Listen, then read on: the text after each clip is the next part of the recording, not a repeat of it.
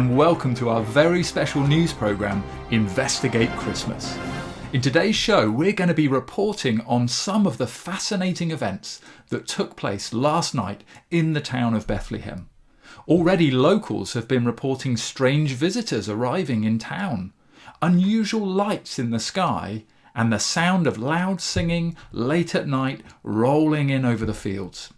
Some are saying these events will change the world forever. Others have been left confused and unsure. But here, on Investigate Christmas, we're going to uncover the truth. We'll be speaking with experts here in the studio, and we'll be hearing from our roving reporter Ezra, who is out there on the ground in Bethlehem this morning.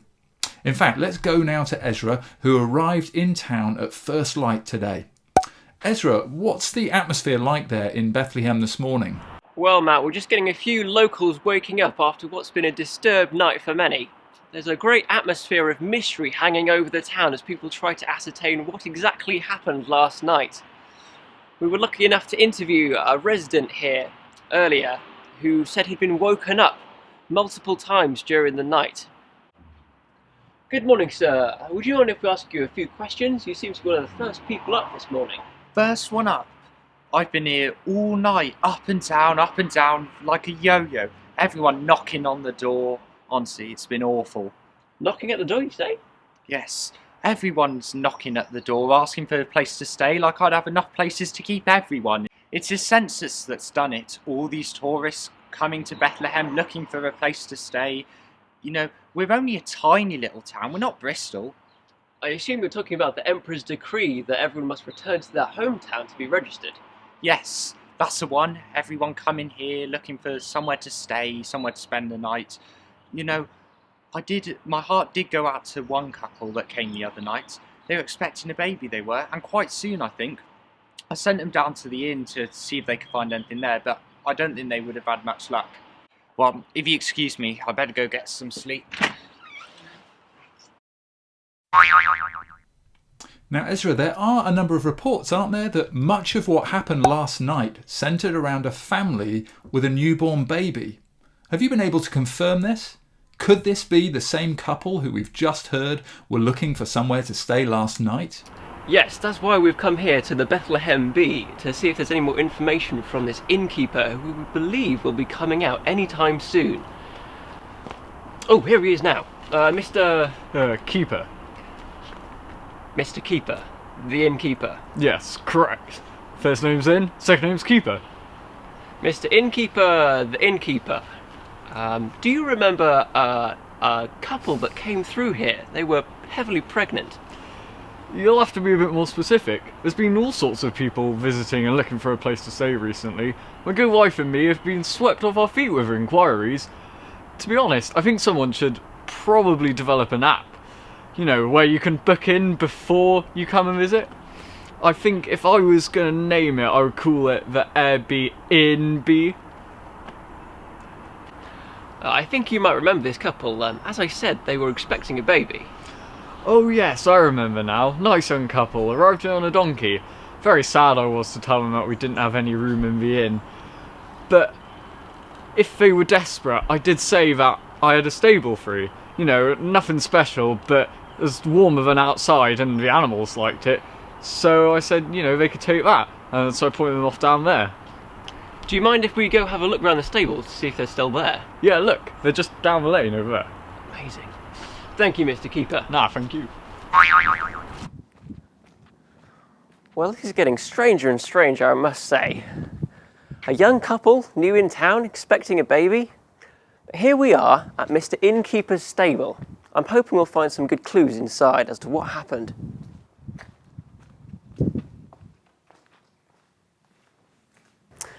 Well, there's clearly no one here now, but let's see what kind of clues we can find. That's very interesting. So for a start here, we have a manger, but it has swaddling cloths in it. And you'd usually use these to wrap a baby in. That's very odd indeed. I don't know why you'd have a baby in a manger. There's clearly a lot of hay bales here. I wonder if people have been sitting down. Seems like there's quite a crowd. It's comfy. It's not too bad. Hello.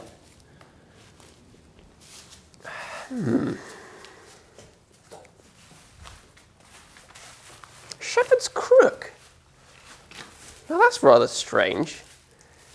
You'd expect a shepherd to be out on the hills at this kind of time. But chilling in a stable. That's very odd. I'm not sure what to make of this. If only you could talk. What would you say? Seems we have a great deal of mystery and many questions that are still unanswered. Fortunately, we do have one more line of inquiry to follow, and that's a lady who was out last night walking her dog. We saw her on the way up here, but we're just going to go and find her now and get an interview with her.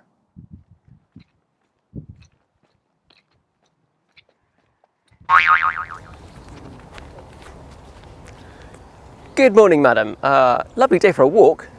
Oh, it sure is. Can you tell me what you saw last night? Oh, well, Rover and I don't usually see much when we're out for our late night walks because it's so dark, you see. But recently, it's been different. What with the new star and everything shining bright all over the town. Sorry, a new star, you say? Oh, yes. It's been a brand new star up in the sky these past 2 weeks. And it's been shining all over the town, making things very bright and beautiful. So anyway, Rover and I were out walking last night and we saw these shepherds running down the hill. And they were whooping and screaming and really happy they were. And anyway, they went into Mr. Keeper's stable. And then everything hushed up a bit. And then they came back out whooping again and running back up the hill. I know those shepherds are a weird lot, but I don't know, it's even weirder seeing them doing something like that. I bet there was something going on in that stable. Well, thank you for your time. That's very interesting. Well, Matt, looks like I'm going to have to go find those shepherds. So back to you in the studio for now. It looks like there's quite a trek up that hill if I'm going to get to them. See you in a bit.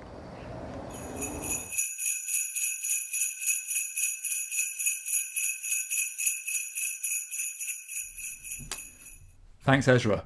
While Ezra goes in search of those shepherds, here in the studio we have a special guest for you, live on the line from the University of Downend. Let me introduce Patrick Less, professional astronomer and all-round expert in the stars. Patrick, what can you tell us about the significance of this star over Bethlehem? Well, Matt, stars you see are giant balls of burning gas in the sky that come out every night. Just like our sun, but many billions of miles away from Earth. Well, that is fascinating. Is there anything else you can tell us, Patrick? Well, it's certainly surprising that it did appear where it did. What some people don't realise, of course, is that stars are actually much, much bigger than they appear. It's only because they're so far away that they look so small in the night sky. And the thing about their bigness is that they just don't jump around in the sky, appearing here or there, or appearing out of nowhere when you turn your back for 5 minutes. But this one has clearly been seen to appear at a very special place, at a very special time, for a very special purpose. So it would have looked pretty bright and impressive then. A clear sign of something special going on? Absolutely. In fact, to help us understand just how striking this star would have looked, I'd like to introduce you to my colleague Nikki, who's going to show us how to make our very own Christmas star to hang up at home in a moment. But yes, it certainly would have been a sign of something special, probably, in my expert opinion, to announce the birth of a king. Wow, a king you say? Well, thank you, Patrick Less. Let's go over to Nikki's Craft Corner now and find out how to make our very own Bethlehem star. Hi everyone, today we're going to make a Bethlehem star. So you'll need a piece of paper and some scissors, and feel free to pause the video whenever you need to. Okay, so you take your piece of paper, fold it in half, first of all, like that, and then fold it in half the other way so that your paper is in quarters. Make sure you press the folds really hard because that will make the star look better. When you've done that, you need to just fold it diagonally so that you end up with a triangle like that. And then you need to take one side and fold it back, so you end up with a smaller triangle on that side. Turn the whole thing over and fold that side back as well, so that goes into another triangle like that. And then you want to make sure that the side that's facing you has got the most number of zigzags on it. So the other side has only got one, this side has more. Make sure you've got that side facing you, and then take your scissors and you just need to snip diagonally like that, so that you can make your points on your star. You just need to cut through the paper. It'll be a bit tricky if your paper's thick. There we go. That piece you don't need anymore. And this is your star. So all you need to do is open up all the different bits, and you end up with your star shape like that. Now what you can do to make it a bit more impressive is if you fold along all the long parts of the star so that they go pointy like that. So some of them will be facing the wrong way, pointing the wrong way because of the way you folded the paper to start with. But if you make sure you go along all the long bits in the same direction and then all the smaller bits in the other direction, if that makes sense. So the smaller bits fold in and the longer bits fold out. Then we'll see in a minute when it's finished. Some of them will be doing that anyway. Some of them you might need to fold the other way to make them do the right thing. Oh, that one's the wrong way. And when you've gone round and done that with all of them, you should end up with a star that's a bit more 3D looking, like that, which is really nice. So you can do this as many times as you want. You can decorate your star, you could colour it in or draw things on it. You can make bigger stars or smaller stars. You could even try making a star out of something different, like some foil, which I tried here. It's not as strong as a paper one, but it still looks quite nice because it's shiny. Or you could even try some wrapping paper, which I also tried, which is quite fun, and obviously comes in lots of different designs, so you could have some fun with that. And you can put some string on it as well if you want to hang it up in your house. So there's a few different options you can try there, but just have fun with it. Thank you for listening and watching, and now back to Matt in the studio. Thank you, Nikki. That's going to look really good hung up in our homes this Christmas, isn't it? And it'll be a helpful reminder to us of the strange and wonderful events that have taken place in Bethlehem. But we're not quite finished yet, of course. Here's what we know so far. A child was born in Bethlehem last night. There was a new star in the sky suggesting the birth of a king, but he was born in a mucky old stable. And the shepherds who came to visit him went home rejoicing because of what they'd seen. Well, I can confirm that our roving reporter Ezra has finally tracked down one of those shepherds. Hopefully, with this final interview, all of the puzzle pieces will fall into place, and we'll be able to answer that vital question: just who was born in Bethlehem last night? Let's find out.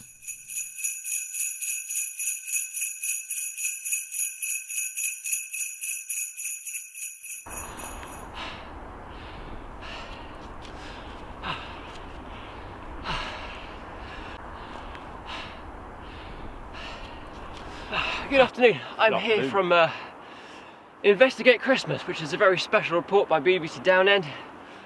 We're looking into the events that have happened in Bethlehem over these past couple of days, and we're wondering if you had any information on what's happened, if you could shed any light on what's been going on. I'll tell you what, mate, I absolutely can. In fact, since it happened last night, I hadn't shut up about it. It's all right, me and the lads, shepherd boys, whatever, we're out here in the field doing what we do, looking after our sheep, right? And then, you know, we're trying to get to sleep, it's the end of a long day, whatever. And then, just as we're nodding off, there's this massive bright light in the sky, and there's this angel in the sky shining brightly all around us. That must have been quite a shock. I'll tell you what, mate, it was terrifying. So my knees were knocking, my hands were shaking, biting my nails. I was absolutely petrified. And it was ironic then, because I think he could see we were so scared. And so he said to us, "Do not be afraid," which actually was quite relevant because we were very afraid. That's fair enough. What else did they say to you? In fact, well, I wrote it down actually because I thought, when angels come, and they say something important, so I thought it might be worth writing it down. So he said, "Fear not, for behold, I bring you good news of great joy that will be for all the people. For unto you this day, in the city of David, a Saviour, who is Christ the Lord, has been born to you. And this will be a sign for you, that you will find a baby wrapped in swaddling cloth and lying in a manger." And then 1,000 other angels in the sky were all there, and they were singing to us. 1,000 Literally angels? thousands of angels, mate. And they were all singing, "Glory to God in the highest, and peace on earth, among whom he is pleased." So what happened then? So right then, we all went over to Bethlehem. We went as fast as we could, because we said, let's go see this thing that the angels were talking about, right? And then we get to Bethlehem, we get to the stable, and we find Mary and Joseph with their newborn baby lying in a manger around all the animals in the stable. And it was exactly like the angels had said, exactly word for word, exactly like the angels had said. That's amazing. That's such good news. Yeah, I'll tell you what, it's brilliant news, mate. It's so brilliant that it's something that should be celebrated and sung about. And in fact, early this morning, I was so excited about it, right? I was talking to the Grace Church kids, and they've decided to record a song about it for us. It's called On a Starry Night. Oh, I'm just getting in now that we actually have the Grace Church kids live performing the song now.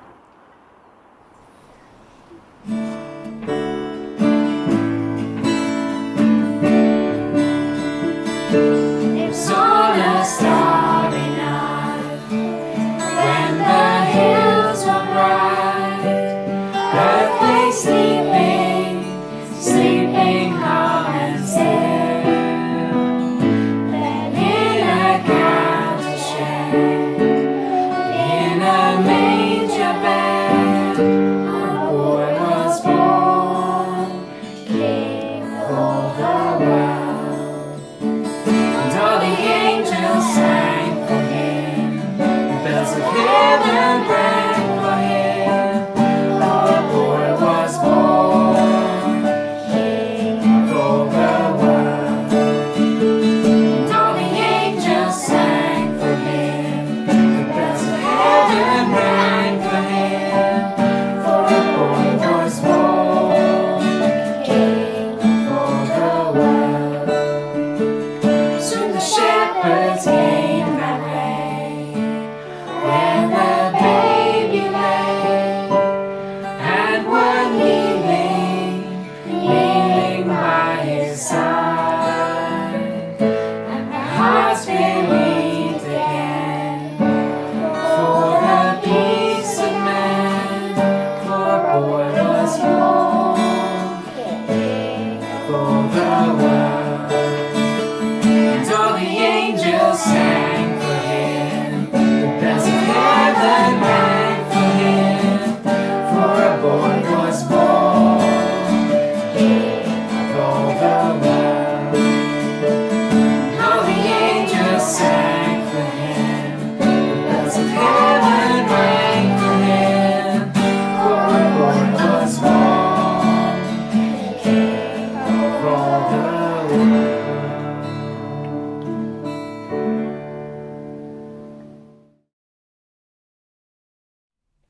Well, what a brilliant performance, and what a perfect way to wrap up our Christmas investigation. Who would have imagined that when we set out to explore what took place in Bethlehem last night, that we would have discovered something as awesome as this? That in a cattle shed, laid in a manger bed, a baby was born, who was King of all the world. A baby who, as the angels announced to shepherds, was God in human flesh, come to be our Saviour, bringing good news of great joy for all people. I don't know about you, but I think the shepherds had it right when they said to each other, let's go and see this thing for ourselves. Here on Investigate Christmas, we've begun to do that very same thing together, to do all that we can to see this thing for ourselves. Now, if you would like to know even more about Jesus for yourself, especially if you'd like to find out the joyful news of how and why he came to save us, Well, we've added a few links in the description below. But let me particularly recommend our next Christmas video, which will be released the day after this one. That will be a video for kids and adults together and will include carols to sing along to and much more about the good news of Christmas. And if you'd like to investigate more about Jesus and what he did when he grew up and why he's such good news still for you and me today, then be sure to check out our YouTube channel, where we've produced loads of kids videos throughout this year for you to enjoy. Well, all that leaves me to say, on behalf of our news team here at Investigate Christmas, Happy Christmas to you all. We hope you enjoy celebrating the good news of the birth of Jesus this year, and we hope to see you again in the new year.